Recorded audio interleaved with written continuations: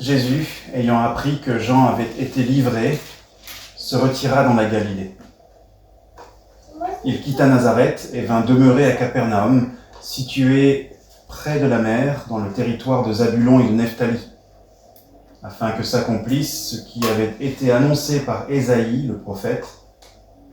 Le peuple de Zabulon et de Nephtali, de la contrée voisine de la mer, du pays au-delà du Jourdain et de la Galilée des païens, ce peuple, assis dans les ténèbres, a vu une grande lumière. Et sur ceux qui étaient assis dans la région et l'ombre de la mort, la lumière s'est levée. Dès lors, Jésus commença à prêcher et à dire « Repentez-vous, car le royaume des cieux est proche. »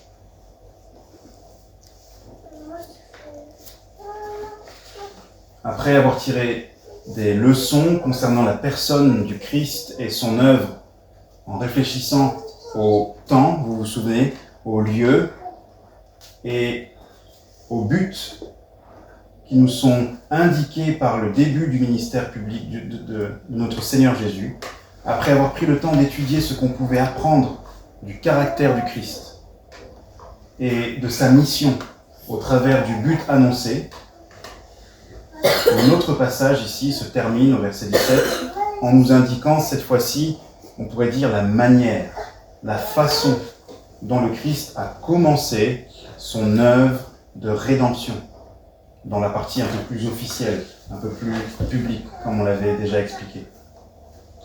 Autrement dit, comme annoncé au tout début de cette série, dans la série,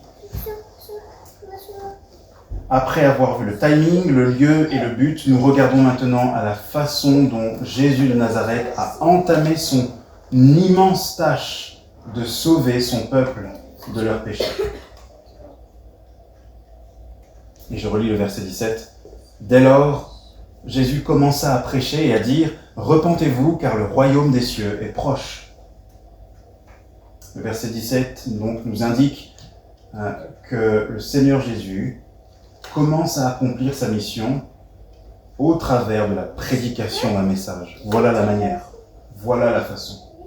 Jésus prêche un message. Et d'une certaine façon, on peut résumer la venue du Seigneur Jésus sur terre comme le fait l'Épître aux Hébreux. Hébreux chapitre 1, versets 1 et 2, je lis rapidement.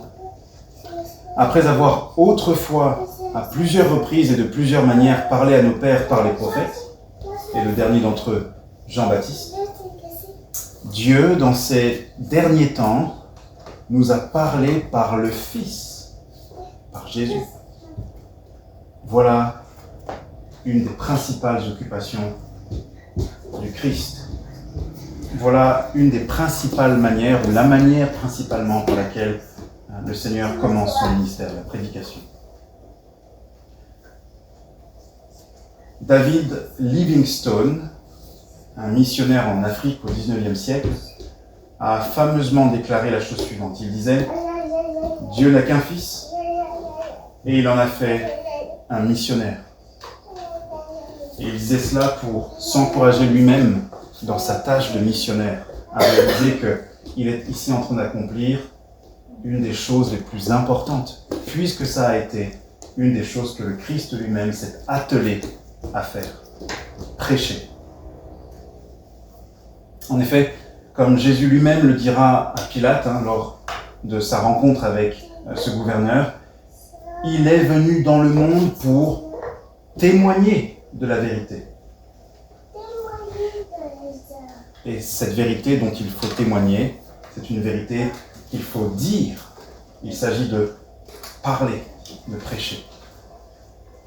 Et pour nous faire une idée un peu plus claire de ce ministère de prédication du Christ, je vous invite à considérer deux aspects du message. C'est très simple.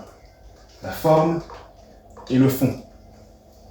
Après quoi, nous essayerons d'en faire ressortir quelques implications, des applications pour nous aujourd'hui. Mais considérons donc la forme et le fond. D'abord, la forme. Notez avec moi qu'il est précisé au verset 17, il commença à prêcher et à dire. Ce qu'il est souligné donc ici, c'est que le Seigneur Jésus ne se contentait pas simplement de dire « repentez-vous », mais il le prêchait, il le proclamait. Et c'est très intéressant si vous étudiez un petit peu le terme, le mot qui est utilisé en grec pour prêcher, et traduit par prêcher dans nos Bibles. Ça désigne en fait un cri ou une proclamation publique. Et la plupart du temps, si ça n'est tout le temps, c'est pour communiquer un ordre royal. Un roi déclare quelque chose et il envoie donc un messager pour crier son décret, pour annoncer publiquement et à voix élevée ce que le roi a décidé. Dans la traduction grecque de l'Ancien Testament, qui était utilisée par les premiers chrétiens et qui était connue des auteurs du Nouveau Testament, ce verbe prêcher, kérousso en grec, est toujours employé dans un contexte où un roi annonce une décision, donne un ordre, déclare quelque chose officiellement. Que ce soit un roi humain d'ailleurs ou un dieu, un faux dieu, comme c'est le cas de Baal, ou l'Éternel lui-même, le Dieu vivant. Prenons quelques exemples pour illustrer un peu la façon dont ce terme est employé. Simplement 3 textes. Le premier dans Genèse 41, au verset 3. Genèse 41, au verset 3.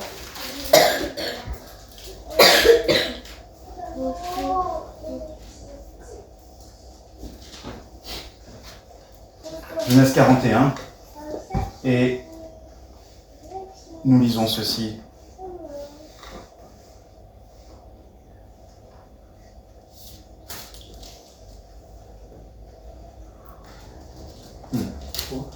Ce n'est pas la bonne référence.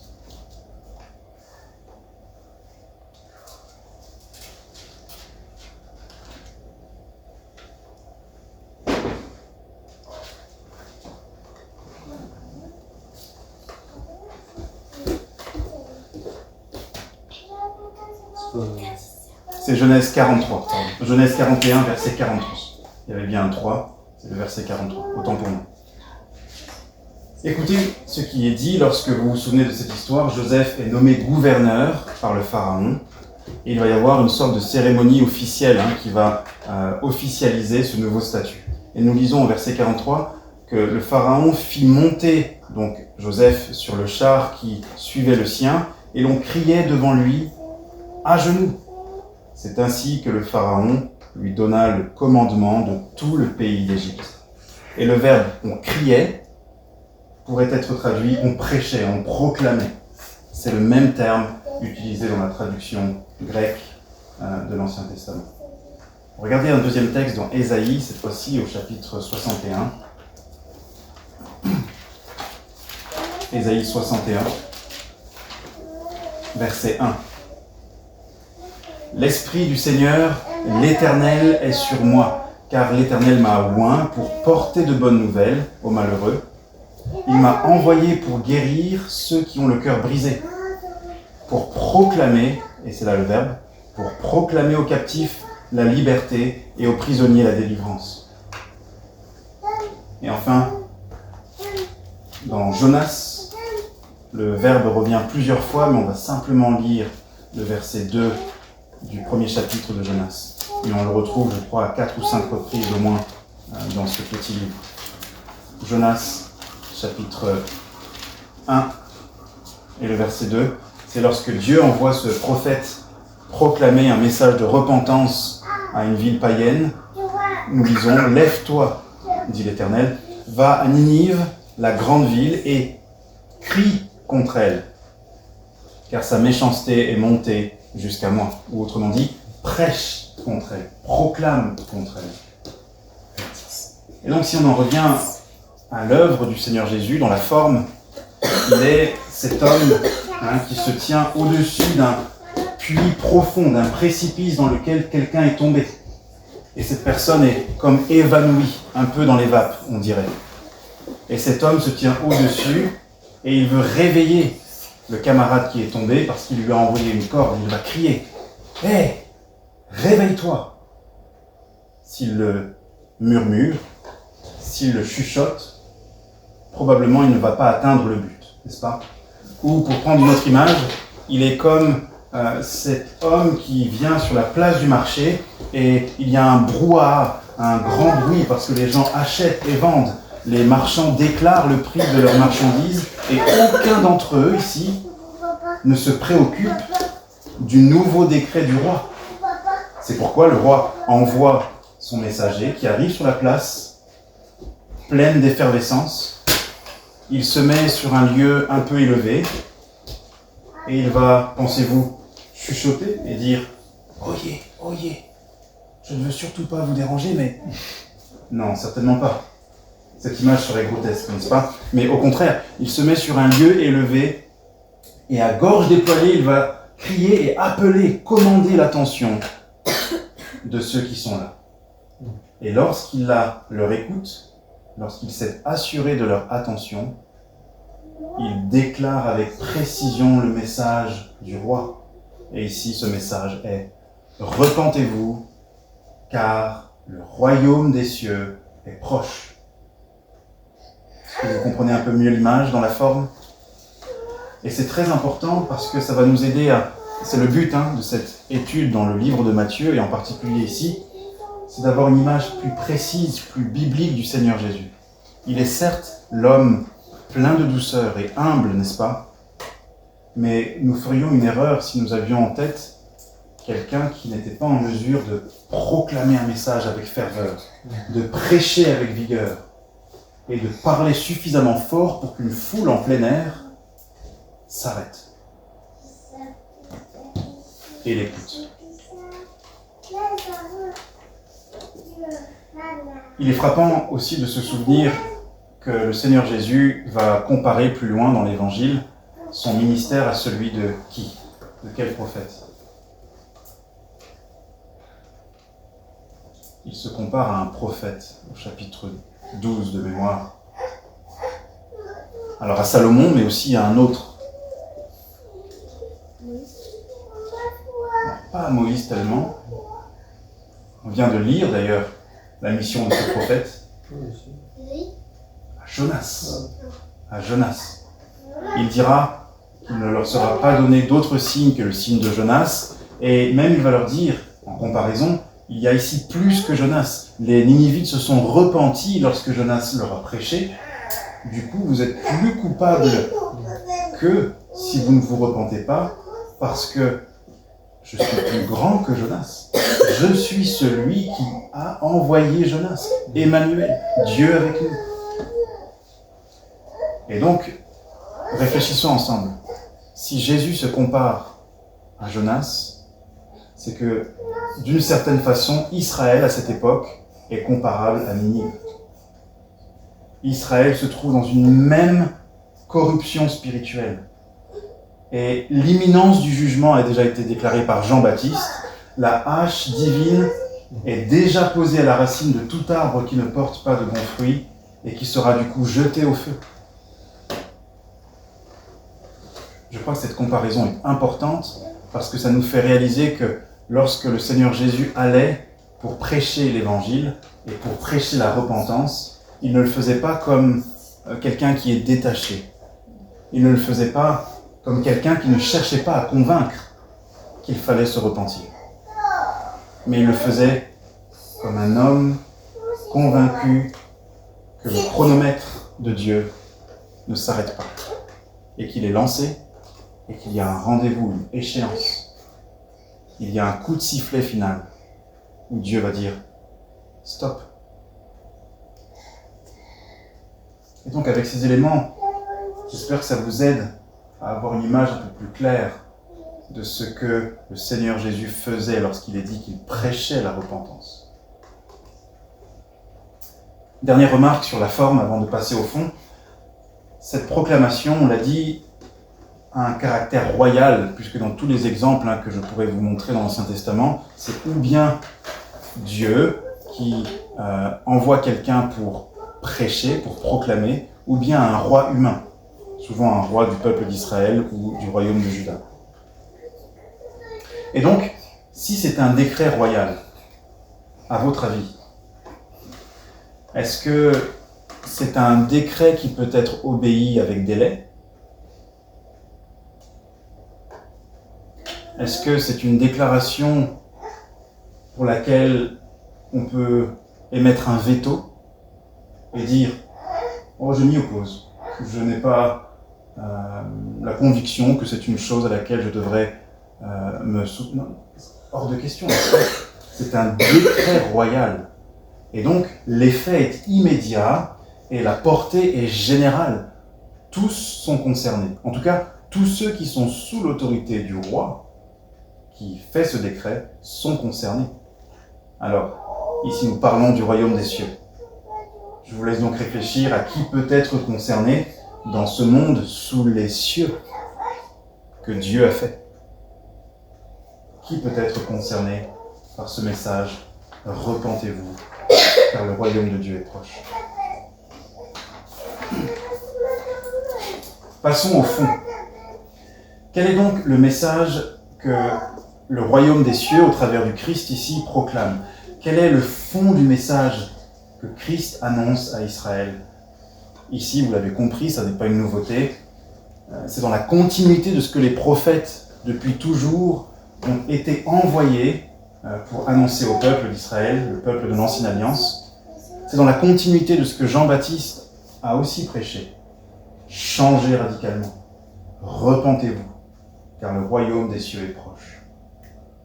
Il s'agit, écoutez bien, d'un message critique autant que d'une bonne nouvelle. Il s'agit d'un message critique autant que d'une bonne nouvelle. Un message critique d'abord, parce que ça présuppose que le peuple est dans une mauvaise voie. Ce message, repentez-vous, présuppose qu'il y a quelque chose qui doit radicalement être redressé. Quelque chose de particulièrement tordu qui doit être remis droit. Ce message de repentance, de changement radical, implique ou sous-entend que quelque chose est profondément abîmé et doit être profondément réparé, restauré, voire même transformé. Repentez-vous, dit le Christ. Autrement dit, changez votre mentalité, votre façon de penser, votre vision du monde, votre vision de Dieu et votre vision de vous-même. Le problème est pointé, il est désigné. Christ, en disant « repentez-vous », c'est comme s'il faisait un cercle autour du problème principal d'Israël. Il est en train ici de pointer au problème du péché, au problème de la transgression de la loi de Dieu. Le souci de l'infidélité du peuple qui prétend de la bouche servir Dieu et être en alliance avec Dieu, mais qui, dans les faits, trahit Dieu. Et nous l'avons déjà vu avec Jean-Baptiste, donc on ne va pas de nouveau rentrer dans les détails de cette histoire d'Israël. Israël est dans un tournant de son histoire. C'est ou bien la repentance, ou bien la fin de l'alliance avec Dieu. C'est ou bien la repentance, ou bien la fin de l'alliance avec Dieu. Mais maintenant, lorsqu'un médecin avertit un patient d'une maladie potentiellement mortelle, lorsqu'un médecin déclare à son patient, de façon solennelle et avec un ton grave, un ton sérieux, qu'il doit changer absolument sa mauvaise hygiène de vie et respecter les prescriptions médicales, le médecin annonce en même temps une bonne nouvelle. N'est-ce pas? Pourquoi je dis ça? S'il n'y avait pas de solution possible, à quoi bon faire appel à ce changement? À quoi bon exhorter son patient? Il devrait plutôt lui dire, à ce stade, allez-y encore plus loin, parce que de toute façon, quoi que vous fassiez, ça ne changera rien. Allez encore plus loin dans vos excès, dans votre indiscipline et votre dérèglement dans votre hygiène de vie. C'est le seul bien que vous pouvez maintenant attendre de cette vie, parce que quoi que vous fassiez, vous allez périr. Non, ce n'est pas ce que dit un médecin lorsqu'il dit à son patient « Changez radicalement votre hygiène de vie ». il lui annonce une bonne nouvelle. Il lui annonce la perspective d'un changement, la possibilité d'une solution. Et c'est exactement ce que vous devez comprendre lorsque la Bible vous appelle à la repentance. La Bible vous critique d'une part, Dieu vous critique d'une part, et d'autre part, il vous montre un chemin d'espérance, un chemin de vie, une solution. Et si vous regardez, le Christ ne dit pas simplement « repentez-vous », vous l'avez lu avec moi, il dit « repentez-vous car le royaume des cieux est proche ». C'est à la fois, c'est vrai, une sorte de piqûre un peu pour réaliser le caractère important et urgent de se repentir, mais c'est aussi une bonne nouvelle. Si le royaume de Dieu est proche, c'est que bien plus facilement qu'avant, je peux en connaître sa nature. Je peux en découvrir ses bienfaits, ses avantages, les intérêts qu'il y a d'être en paix avec le roi de ce royaume. Si le royaume de Dieu est proche, je peux en connaître mieux qu'avant le chemin, avec certitude, l'accès. C'est une bonne nouvelle. Et constatez, pour finir sur la question du fond, que celui qui prêche ce message n'est plus simplement un serviteur cette fois, mais le roi lui-même, Jésus-Christ, l'héritier, le fils unique du Dieu vivant. Il faudrait être, je crois, insensé pour ne pas tendre une oreille attentive et intéressée à ce que dit ce roi. En résumé donc, et on va passer à des applications, nous pouvons résumer ce qu'on vient de dire en rappelant que Jésus est venu pour sauver son peuple de leurs péchés, et il commence à le faire en dressant le diagnostic terrible. Vous êtes radicalement abîmés et tordus, et vous devez être radicalement redressés et changés. Le royaume des cieux est proche, et donc la responsabilité est plus grande quand le roi lui-même se déplace pour donner des instructions. Mais c'est aussi un message qui est lui-même le remède. Est-ce que ce n'est pas une image frappante ? La prédication du Christ est à la fois le diagnostic et le remède. À la fois le diagnostic et la prescription, le traitement, la thérapie pour guérir de la maladie spirituelle du péché. Et c'est en écoutant cet appel à changer complètement de route que l'on trouve le chemin du salut. Nous voyons là donc la grande importance de ce message. Christ n'est pas venu enseigner et prêcher un message de seconde importance, mais de première importance. Et ce message, en général, est difficile à recevoir par les êtres humains que nous sommes. Pourquoi ? Pourquoi avons-nous tant de mal à recevoir avec empressement ce type de message ? Eh bien, c'est à cause de l'orgueil naturel qui se cache dans chacun de nos cœurs.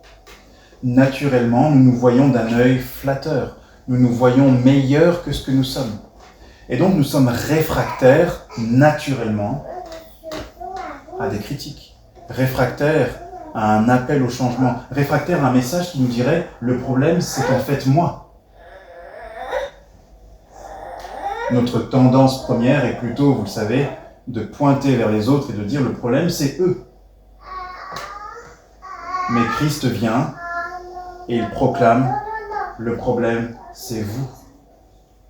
C'est chacun de vous, chacun d'entre nous.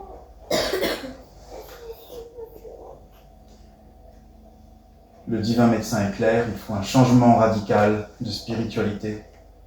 La seule thérapie qui puisse nous donner une espérance favorable. Venons-en à quelques implications et quelques applications. Première leçon qu'on peut tirer de ce qu'on a vu ensemble là, c'est que, étant donné qu'il s'agit d'une proclamation d'un ordre royal, ne nous trompons pas sur la nature de la prédication de l'Évangile. La repentance n'est pas une invitation ou une suggestion royale, mais c'est un commandement, c'est un ordre royal. Regardez avec moi dans Acte 17 au verset 30, la façon dont l'apôtre Paul lui-même va retranscrire cet appel à la repentance. Quels sont les termes qu'il emploie? Est-ce qu'il dit simplement Dieu aimerait bien, Dieu propose, Dieu suggère, Dieu vous donne une idée? Acte chapitre 17, verset 30. Dieu, sans tenir compte des temps d'ignorance, annonce maintenant à tous les hommes, en tout lieu, qu'ils ont à se repentir, parce qu'il a fixé un jour où il jugera le monde selon la justice par l'homme qu'il a désigné, ce dont il a donné une preuve à tous, une preuve certaine en le ressuscitant des morts. Dieu annonce maintenant. Dieu déclare. Ce n'est donc pas une suggestion. Et le verset 30 finit comme ça. Qu'ils ont à se repentir. C'est un devoir moral devant Dieu de se repentir. Finalement, le message est simple. Quand nous parlons de Dieu, il suffit de dire aux gens, de leur poser la question, savez-vous ce que Dieu attend de vous? C'est déjà une première surprise, parce que beaucoup de gens, la plupart ne pensent pas que Dieu attende quelque chose de nous, n'est-ce pas? Mais que c'est à nous d'attendre quelque chose de Dieu. Mais savez-vous ce que Dieu attend de vous? Ce que Dieu vous demande? C'est de vous repentir.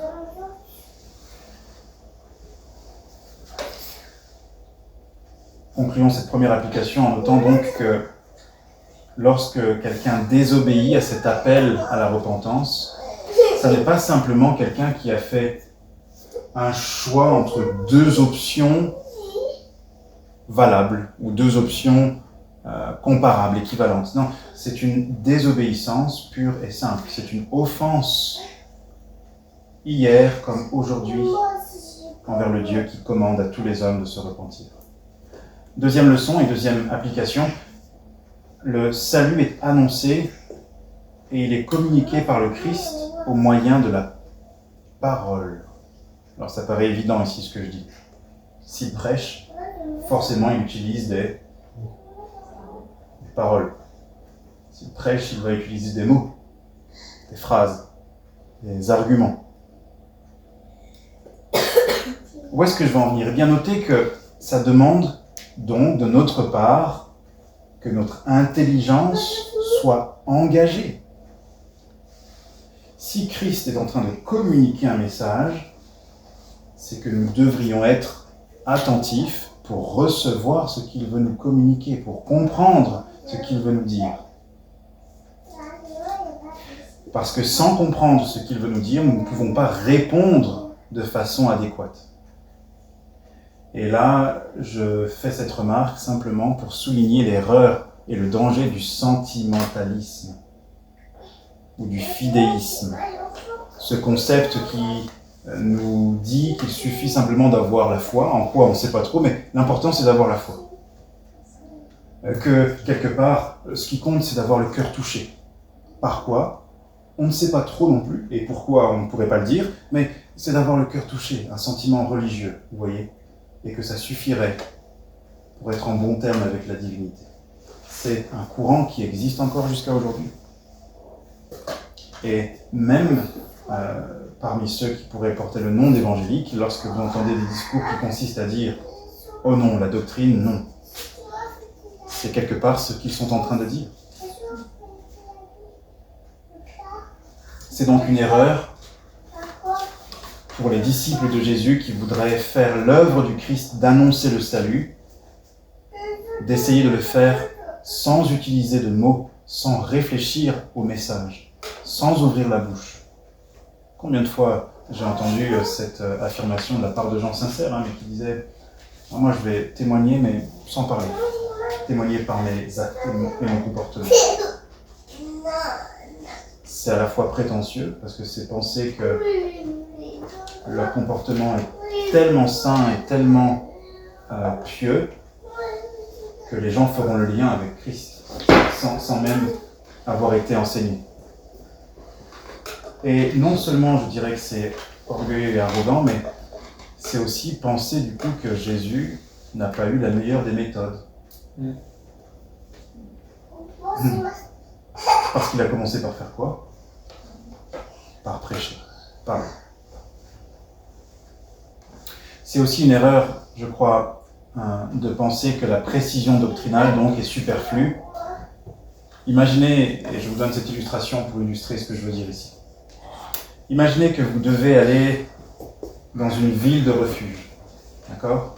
Vous vous souvenez, dans la Bible, dans l'Ancien Testament, il y a des villes refuges. Elles sont pour qui d'ailleurs, les villes refuges? Pour ceux qui ont commis un crime. Pour ceux qui ont commis un crime, tout à fait. En tout cas, qui ont commis un homicide. Mais est-ce que, d'après eux, ils ont fait exprès? Non, c'est un homicide involontaire. Tout à fait, c'est pour se protéger de ce qu'on appelle le vengeur du sang. Ils vont devoir aller se réfugier dans une ville refuge pour attendre un jugement équitable, pour attendre un jugement officiel, pour ne pas être tué avant. D'accord?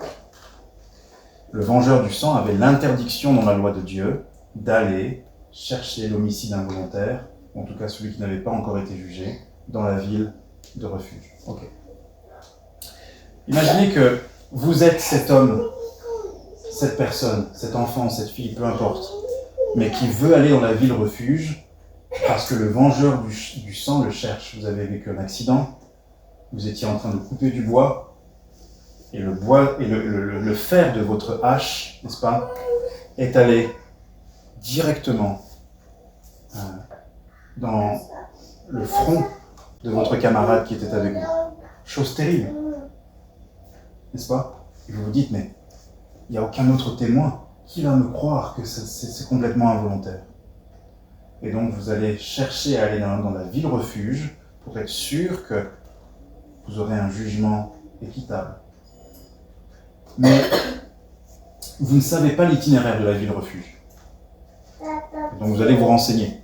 Et voilà qu'un lévite vient, et les lévites, eux, savaient toutes les villes refuges, puisqu'ils étaient les premiers concernés. Et donc, vous demandez à ce lévite où se trouve la ville refuge la plus proche, vous expliquez votre situation.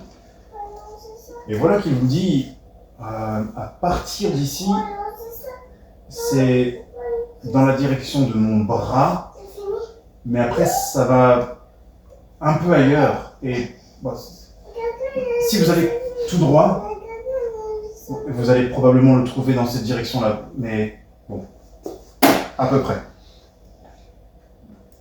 Vous vous arrêtez un instant et vous allez vous dire, mais qu'est-ce qu'il... Enfin, il est en train de me faire une blague, là?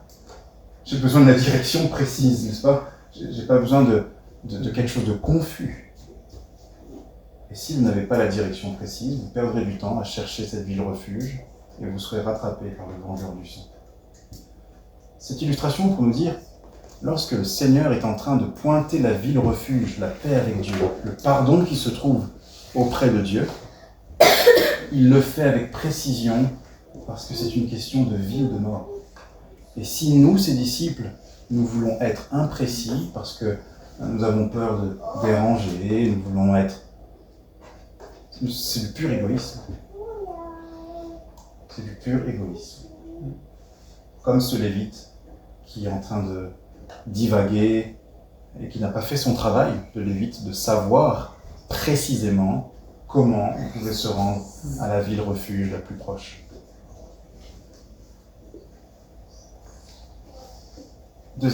Troisième application, ou leçon qu'on peut tirer de notre Seigneur Jésus qui prêche la repentance. Voilà la manière de son ministère. Eh bien, la troisième leçon, c'est que c'est un grand péché d'empêcher ou de cacher ou de falsifier le message. C'est une grande faute. Puisqu'on l'a dit, le message de la repentance, c'est le message par lequel le Seigneur Jésus commence à accomplir le salut et la rédemption de son peuple. Et donc, lorsque l'on falsifie le message, on est en train de s'opposer au roi lui-même. Souvenez-vous du reproche de Jésus aux pharisiens. Vous empêchez les hommes qui le souhaitent d'entrer dans le royaume des cieux, et vous-même, vous n'y entrez pas. Ou bien c'est se croire peut-être, lorsqu'on falsifie, lorsqu'on cache, ou lorsqu'on empêche la connaissance du message du Christ, c'est se croire peut-être plus sage que lui, en pensant trouver un meilleur message pour aujourd'hui. Combien le pensent? Combien le disent même? Suggèrent qu'il faudrait éviter de parler d'enfer, de jugement, de colère de Dieu, de repentance. Mais la question que j'aimerais leur poser, avez-vous donc trouvé un moyen d'améliorer le message que Jésus lui-même a prêché et pour lequel il a été crucifié? Avez-vous trouvé un message plus digne de mourir pour ce message que celui que les apôtres ont prêché et pour lequel ils sont morts?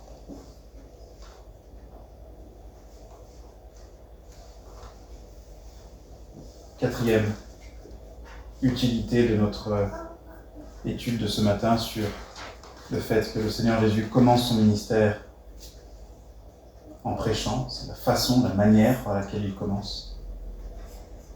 Eh bien, nous voyons là l'importance du coup de ce qu'il est en train de dire. On l'a déjà dit, mais je voudrais montrer un autre aspect ici. L'importance du message, cette fois-ci, non pas simplement du message en lui-même, mais au travers de la personne qui le prêche. Le message était déjà clairement important lorsque Jean-Baptiste, plutôt, le prêchait. Mais là, c'est le roi lui-même. C'est le roi lui-même. Pour illustrer un petit peu ce que je veux dire, pensez à Moïse et à Jéthro. Moïse s'occupe de toutes les affaires du peuple, de tous les cas, de toutes les disputes, de toutes les questions. Et Jéthro lui dit, mais tu vas t'épuiser. C'est impossible que tu puisses gérer les moindres détails, les moindres questions du peuple. Voilà ce que tu dois faire, Moïse. Tu dois nommer des hommes qui vont s'occuper de traiter les affaires les moins importantes, les plus courantes. Et toi, tu seras celui que l'on consultera pour les affaires importantes, pour les affaires urgentes, les affaires sensibles. Et ici, Christ, certainement, n'est pas venu s'occuper en tant que roi de la moindre des affaires. Il n'est pas moins sage que Moïse et que Jéthro. Le Seigneur Jésus ne délègue pas ici cette tâche, mais il l'accomplit lui-même. Ça nous montre aussi le cœur du Seigneur. Il n'est pas détaché et éloigné, il n'est pas indifférent à la réussite ou non de cette mission. Il se retrousse les manches, comme pour ainsi dire.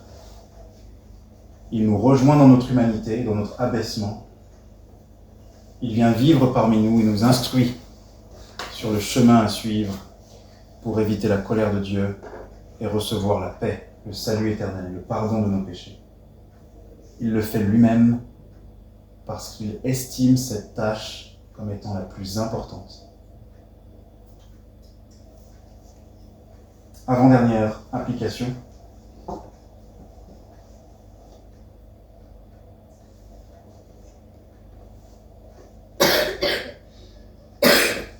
On l'a dit un peu plus tôt, c'est une proclamation royale qui est critique parce qu'elle présuppose que nous sommes dans l'erreur. Si nous devons nous repentir, c'est que nous sommes sur une mauvaise voie, un mauvais chemin.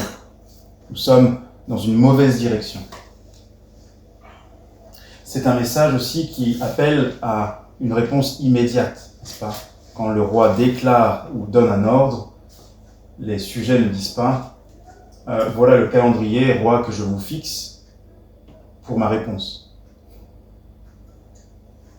Et C'est une proclamation qui est générale, puisque ça s'applique pour tous ceux qui sont sous l'autorité du roi.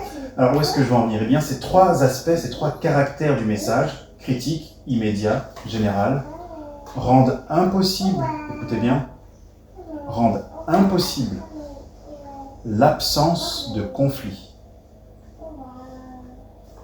l'absence d'hostilité. Où est-ce que je veux en venir? Eh bien, c'est évident. Ce que le roi Jésus demande ici rentre en conflit avec la priorité et les plans des hommes de ce monde. Nous sommes naturellement orgueilleux et la promesse des plaisirs trompeurs de ce monde, des préoccupations mondaines, nous conduit à avoir des priorités qui ne sont pas celles du roi Jésus. Et il y a donc forcément un conflit d'intérêts. Nous sommes intéressés par les choses de ce monde et les choses temporaires, et temporelles donc, là où Dieu nous dit de nous intéresser au monde des cieux, à son royaume, à sa justice, à la sainteté, à la vérité, à sa loi et à ses commandements, à sa grâce, au règne de son Fils Jésus, à la lutte contre le péché. Tout plein d'objectifs, n'est-ce pas, qui naturellement ne sont pas du tout au calendrier, à l'ordre du jour des plans des hommes. Et donc ne soyons pas surpris si le message de l'Évangile, l'appel à la repentance, rencontre l'opposition des chefs, des rois de ce monde, des présidents, des gouvernements, des populations qui naturellement ne veulent pas que Dieu règne. C'est la réaction d'Hérode face à Jean-Baptiste qui lui dit « Il ne t'est pas permis de prendre l'épouse de ton frère ». C'est la réaction des pharisiens qui disent à Jésus « Mais de quelle autorité est-ce que tu fais ça dans le temple en chassant les marchands du temple ?» Et c'est la réaction aujourd'hui de tous ceux qui nous entourent et qui, d'une façon ou d'une autre, montrent de l'hostilité, montrent de l'opposition à l'appel de Dieu à se repentir. Le serviteur n'est pas plus grand que le maître. Si le Christ lui-même a rencontré de l'opposition, comme on le verra plus loin dans l'Évangile, ne nous attendons pas à n'en rencontrer aucune. Et si nous n'en rencontrons aucune tout en prêchant un message qui se veut être l'Évangile, c'est que probablement le message que nous prêchons n'est pas le même que le Christ prêchait. Quatrième et dernière leçon. Sixième, pardon, et dernière leçon. Il y a donc une nécessité d'utiliser la loi de Dieu de façon explicite pour montrer aux pécheurs le concret de leur nécessité de se repentir. Si nous disons « tu as besoin d'être redressé, tu as besoin de changer », mais sans jamais montrer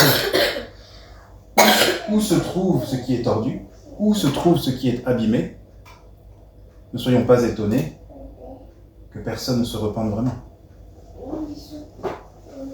Il faut montrer les exigences de Dieu, les commandements de Dieu en les expliquant pour aider, n'est-ce pas, pour nous aider à réaliser l'écart qu'il y a entre la volonté de Dieu et ce que nous faisons. L'écart qu'il y a entre ce que Dieu voit de nous et ce que nous voyons de nous-mêmes.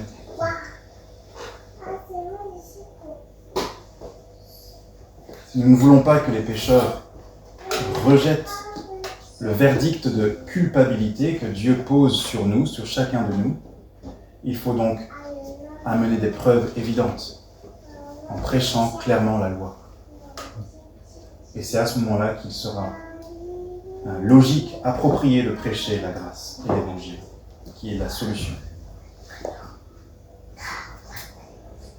En conclusion, c'est un message si important que le Seigneur, retenez ça aussi, va former une équipe de proclamateurs. C'est ce qu'on va voir dans les versets suivants, dans le passage suivant. Ce sont les apôtres, qui veut dire envoyés. Et il va les envoyer avec exactement le même message. Repentez-vous, car le royaume des cieux est proche. C'est ce que nous verrons, Dieu voulant, les prochaines fois. Et ma prière, c'est que nous ayons une meilleure vision de qui est Christ, une meilleure compréhension de qui est Jésus de Nazareth, un proclamateur de justice, un proclamateur de la repentance, et que nous ayons aussi une meilleure compréhension de l'importance de ne pas changer ce message, puisque c'est la prescription même du divin et royal médecin des âmes